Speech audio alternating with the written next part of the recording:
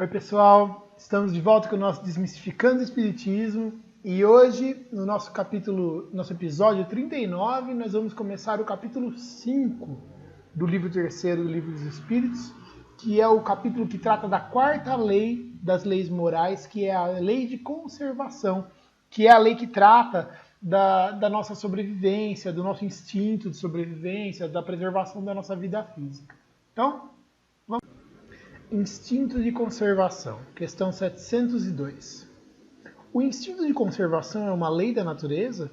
A resposta é sem dúvida.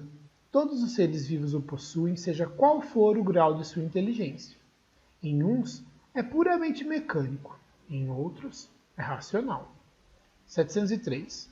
Com que objetivo Deus concedeu a todos os seres vivos o instinto de conservação?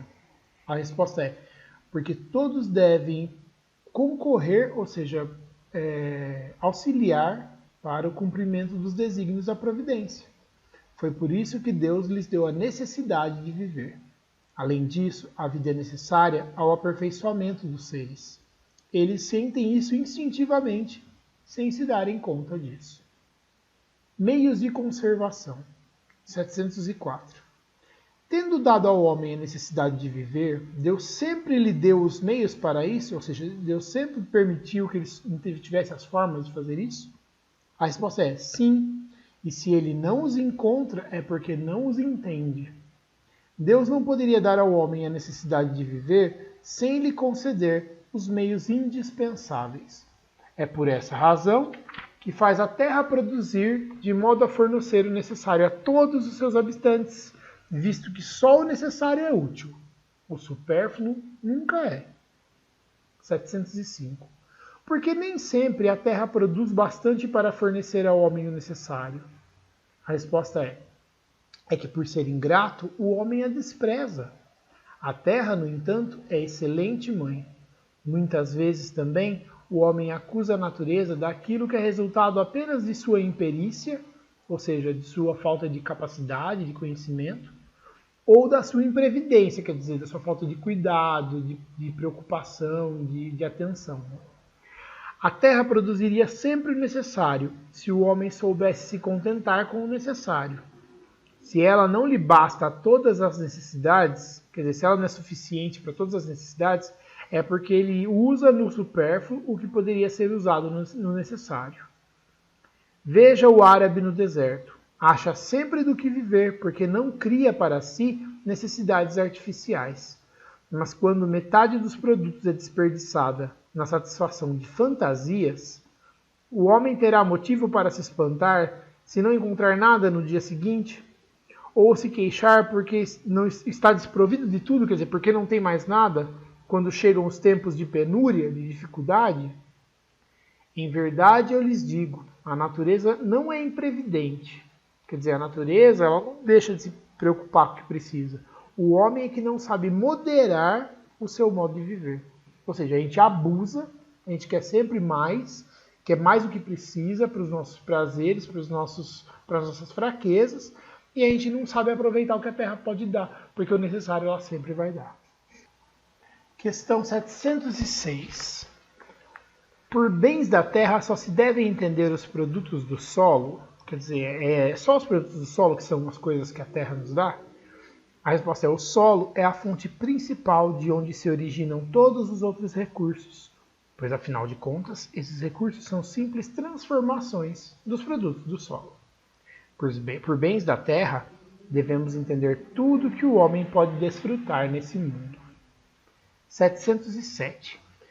É comum faltarem a certos indivíduos os meios de subsistência, mesmo quando cercados pela abundância. Quer dizer, é comum que algumas pessoas não tenham o que precisa para sobreviver, mesmo quando estão cercados pela abundância. Ao que se deve atribuir isso? A resposta é: ao egoísmo dos homens, que nem sempre fazem o que devem.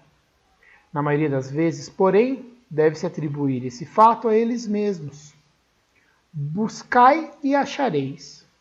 Estas palavras não querem dizer que basta olhar a terra para encontrar o que deseja, mas que é preciso procurar com ardor e perseverança, e não com indolência, ou seja, com preguiça, com pouco caso, né? sem se deixar desanimar pelos obstáculos, que muitas vezes são simples meios de testar a vossa constância, a vossa paciência e a vossa firmeza. E isso está ligado com a questão 534. Vamos achar a questão 534, então. É uma questão do capítulo 9 do livro 2, que é da intervenção dos espíritos no mundo. No mundo, né? 534. Aí tá. Será por influência de algum espírito que certos obstáculos parecem se opor aos nossos objetivos? Aí ele fala, às vezes é erro da gente, é a gente que escolhe mal, que pode ser algumas vezes espírito, mas muitas vezes é a gente que escolhe mal as nossas provas, as coisas que a gente quer fazer, né? E que se a gente teima em fazer uma coisa que não deve, a gente quer culpar os outros, mas a culpa é da gente mesmo. É só estar falando nesse sentido, quer dizer, vocês têm que... Ele fala assim, olha, às vezes vocês vão ter que insistir para encontrar o caminho, só que vocês não podem ficar batendo cabeça com bobagem, vocês têm que tentar buscar o que vocês querem. E é por isso que às vezes parece que falta alguma coisa. Essa que é a resposta dos espíritos. E o Kardec faz um comentário sobre essa resposta. Se a civilização multiplica as necessidades, multiplica também as fontes de trabalho e os meios de viver. Mas é preciso admitir que, sob esse aspecto, muito ainda lhe resta por fazer. Quando ela tiver realizado sua obra, ninguém poderá dizer que lhe falte o necessário a não ser por sua própria culpa. Para muitas pessoas, a infelicidade resulta do caminho por onde seguiram, bem diferente daquele que a natureza lhes traçou. É então que lhes falta a inteligência para vencerem. Para todos há lugar ao sol, mas com a condição de que cada um ocupe o seu e não o dos outros. A natureza não pode ser responsável pelos vícios, ou seja, pelas fraquezas da organização social, nem pelas consequências da ambição e do amor próprio. Entretanto, seria preciso que se fosse cego para não se reconhecer o progresso que nesse sentido tem sido feito pelos povos mais adiantados. Graças aos louváveis esforços que a filantropia e a ciência não param de fazer para melhorar a condição material dos homens, e apesar do crescimento incessante, sem parar, das populações, a insuficiência da produção se acha diminuída, pelo menos em grande parte, não se podendo de modo algum comparar os anos de maior calamidade do presente aos de pouco tempo atrás. A higiene pública, esse elemento tão essencial da força e da saúde, desconhecido por nossos pais, é objeto de grande atenção ao começo da higiene pública. Né? O infortúnio e o sofrimento encontram locais de refúgio. Por toda parte, a ciência é chamada a contribuir para aumentar o bem-estar. Significa dizer que já se alcançou a perfeição? Oh, não, certamente. Mas, pelo que já se fez, pode-se ter uma ideia do que é possível ser feito com perseverança, se o homem for bastante sensato para procurar a sua felicidade nas coisas positivas e sérias, e não nas utopias, ou seja, nos sonhos impossíveis, que o fazem recuar ao invés de avançar. Essa é uma questão que o Kardec acabou comentando muito no sentido do começo, do avanço, né, da passagem da Idade Moderna para a Contemporânea, que é o final do século XIX, começo do século XX. Então, os grandes avanços na ciência naquele momento ajudaram a melhorar muito o mundo. E ele está falando assim, olha, tem fraquezas que a gente tem que estão desaparecendo aos poucos. E ele está longe de ver todas elas sumirem, mas já é muito melhor do que fala na geração dos pais deles, né? Quer dizer, no começo do século XIX, isso era muito diferente.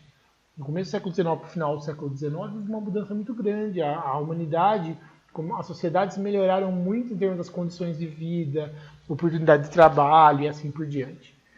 E é nesse sentido que ele quer fazer essa conexão, que o homem consegue criar formas de dar condições de todo mundo sobreviver. 708. Não haverá situações em que os meios de sobrevivência não dependem de modo algum da vontade do homem, que a privação daquilo que ele mais necessita seja uma consequência da força das coisas? A resposta do Espírito é: muitas vezes é uma prova cruel que o homem deve sofrer e a qual sabia que seria exposto. Seu mérito consiste em se submeter à vontade de Deus, caso sua inteligência não lhe dê nenhum meio de se livrar das dificuldades. Se a morte vier a atingi-lo, deverá aceitá-la, deverá se submeter a ela sem murmurar, sem reclamar, refletindo que a hora da verdadeira libertação chegou e que o desespero do último momento pode lhe fazer perder o fruto de sua resignação. Então o que ele está falando aqui é que tem realmente algumas situações em que o homem vai estar colocado numa situação em que ele não vai ter o que fazer. E que nesse caso as situações já são uma prova que ele já tinha que passar, ele já sabia que ele ia passar, ele escolheu muitas vezes esse gênero de prova, ou a ele foi colocado pela necessidade do aprendizado dele pelos espíritos superiores a serviço de Deus. Né? E que nesses casos é quando você realmente não encontra o que fazer, você tem que fazer tudo o que você puder, né, para poder, da melhor forma possível, conseguir sobreviver e fazer o que você... usar todas as suas forças para sobreviver da melhor forma possível, mas chegar no ponto em que você não tiver o que fazer, para que você não se revolte, porque se isso for uma aprovação que você escolheu, a revolta vai atrapalhar o seu crescimento. Né? 709. Terão cometido crime aqueles que, em certas situações críticas, se viram obrigados a sacrificar os seus semelhantes para matar a fome? Se houver crime, não foi atenuado, não foi diminuído pela necessidade de viver que resulta do instinto de conservação?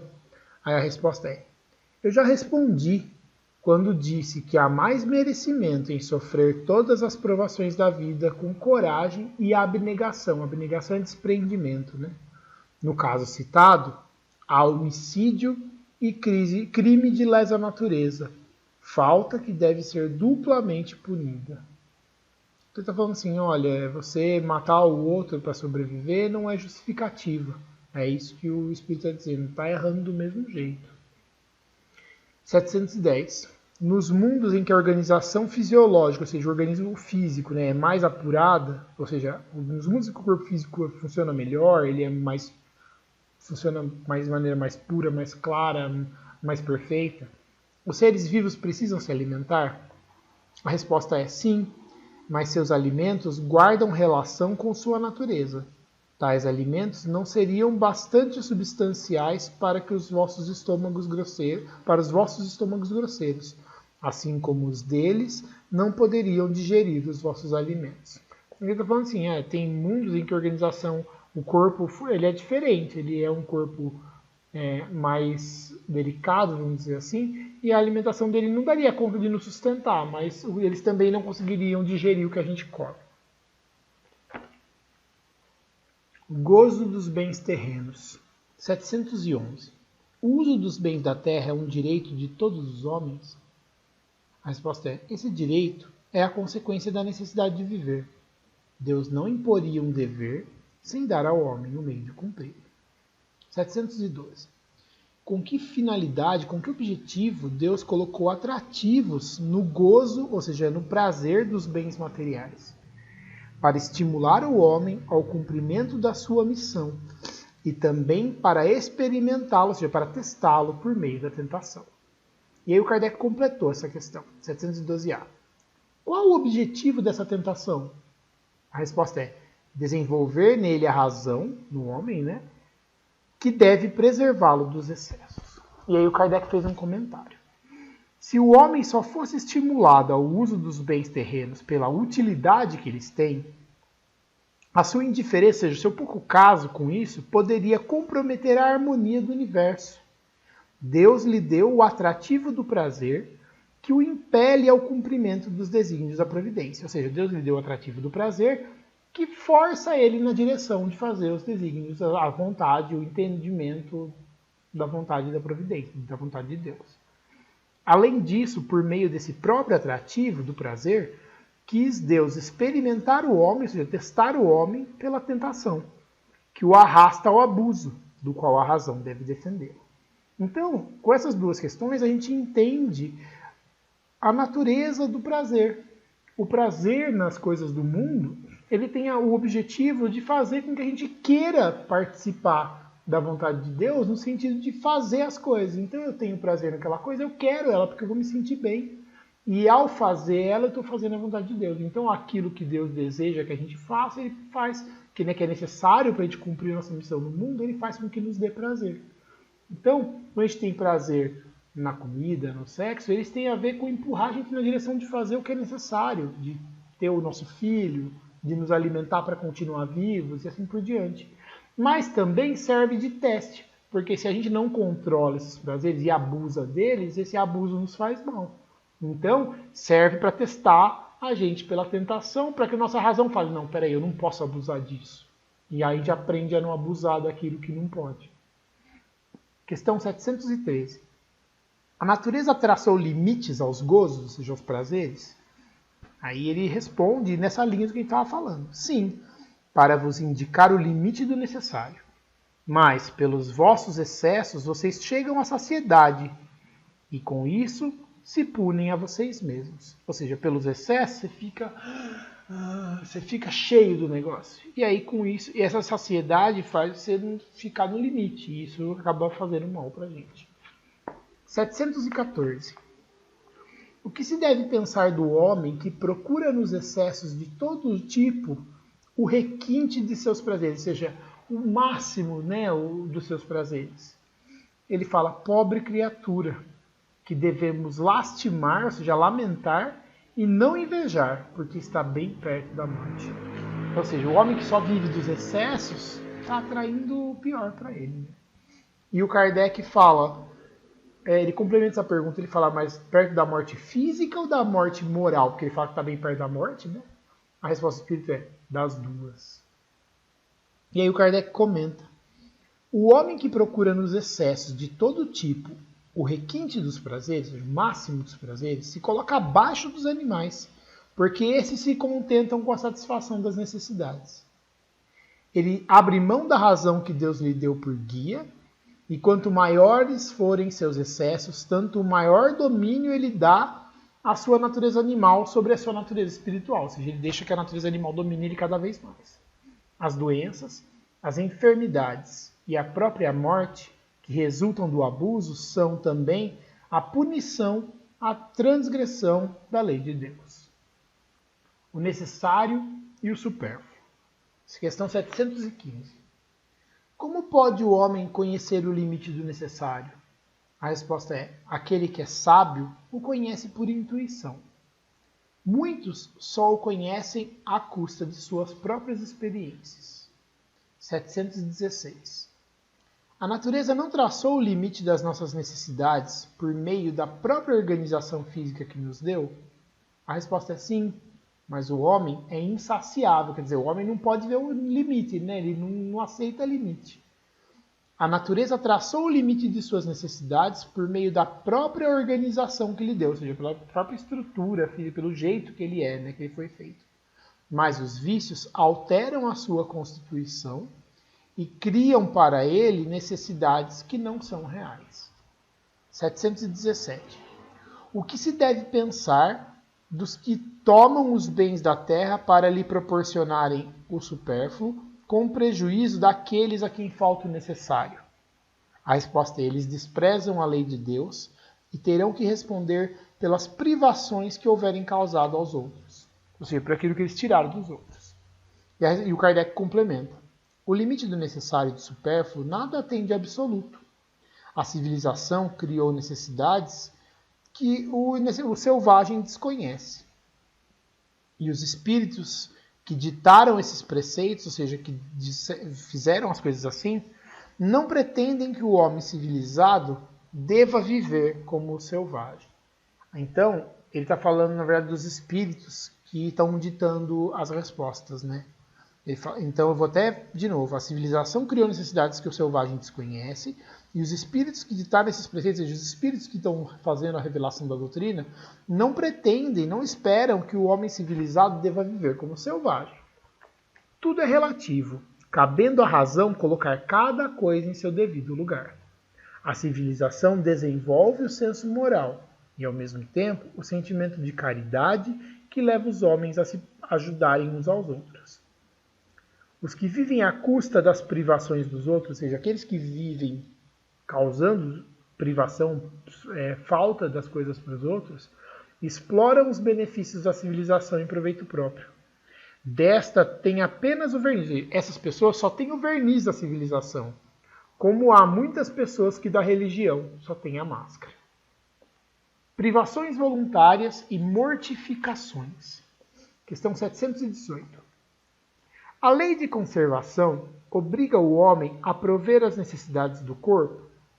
Quer dizer, a lei de conservação obriga o homem a cuidar do corpo? Sim. Sem força e sem saúde, o trabalho é impossível.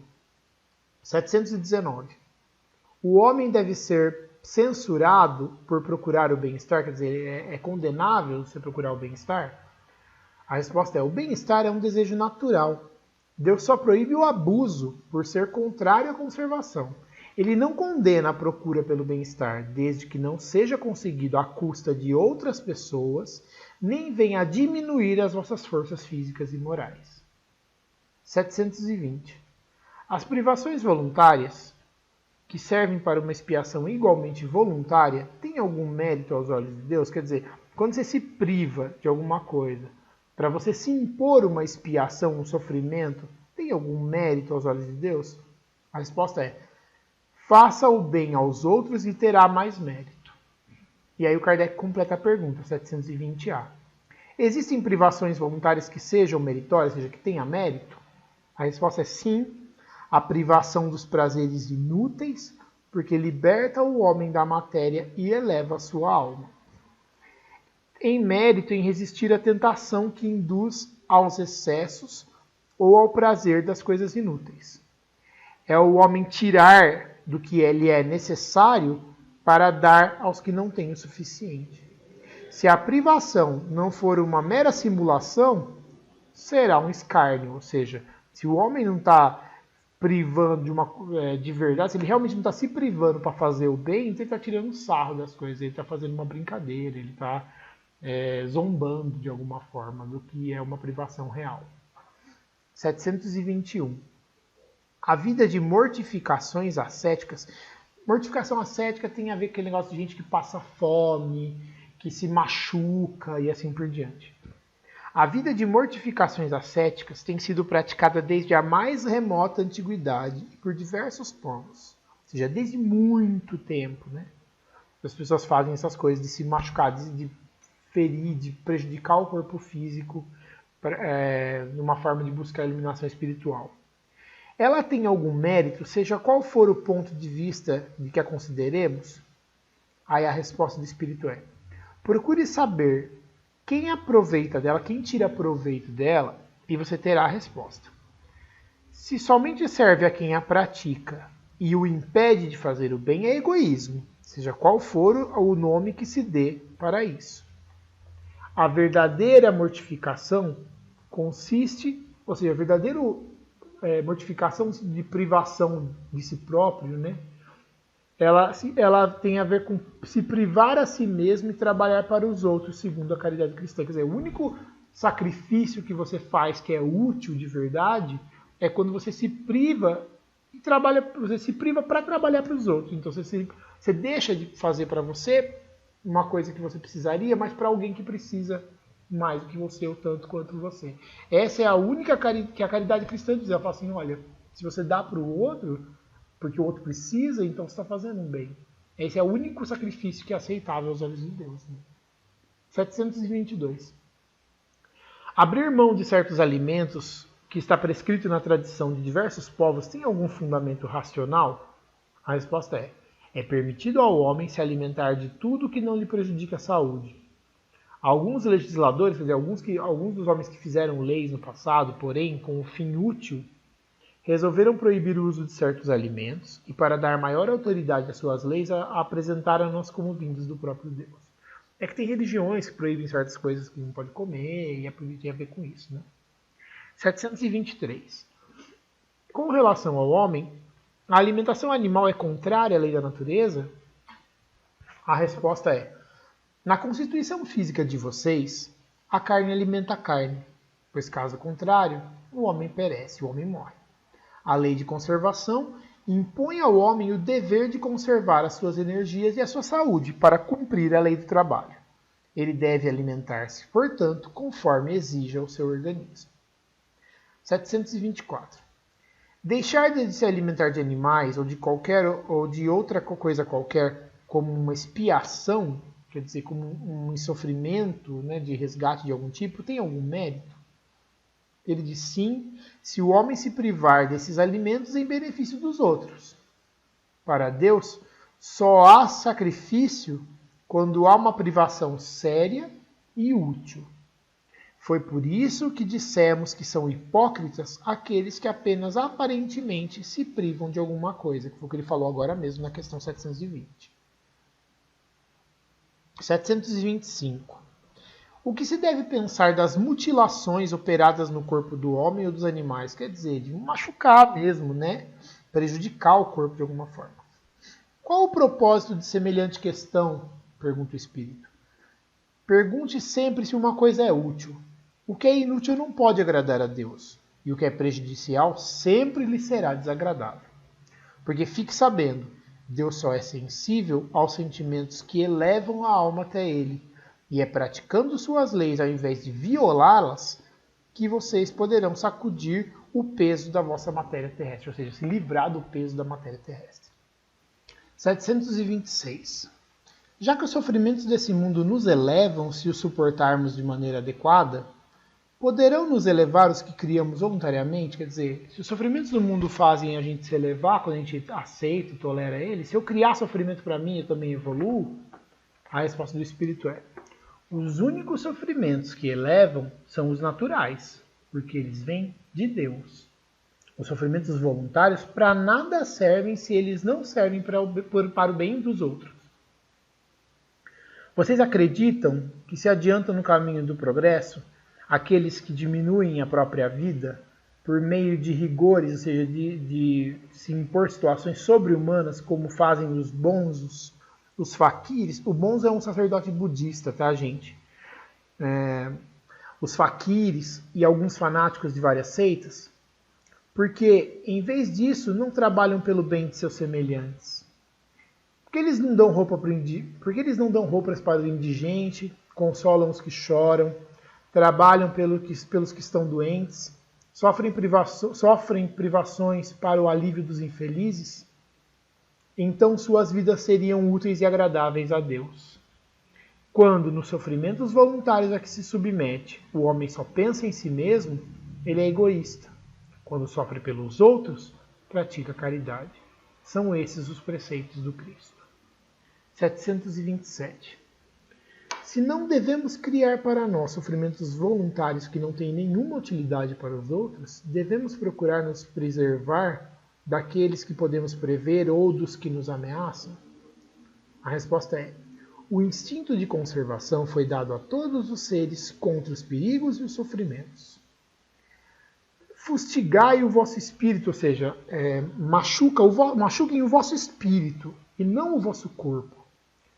Sacrifiquem o vosso orgulho, sufoquem o vosso egoísmo, que se assemelha a uma serpente a vos roer o coração. E vocês farão muito mais pelo adiantamento de vocês, do que causando sofrimentos que já não são deste tempo. Quer dizer, em vez de ficar com esse negócio de ficar causando sofrimentos físicos para si mesmo, se impondo sofrimentos que não vão ser úteis para ninguém, façam isso com o seu espírito. Quer dizer, humilha no sentido de faz seu espírito ser humilde, né? Castiga o seu orgulho, sufoca o seu egoísmo, que isso vai fazer você se adiantar muito mais do que ficar se machucando, fazendo mal para o seu corpo. E com essas palavras, a gente encerra o capítulo 5 do livro 3º, que fala da quarta lei, que é a lei da conservação. No próximo episódio, a gente vai falar do capítulo 6, que fala da quinta lei, que é a lei da destruição. E aí tem a ver com a nossa... como que a natureza, as leis da natureza, as leis de Deus prevêem a questão da destruição, da morte, de desfazer as coisas que existem e os seres que existem. Muito obrigado e até lá.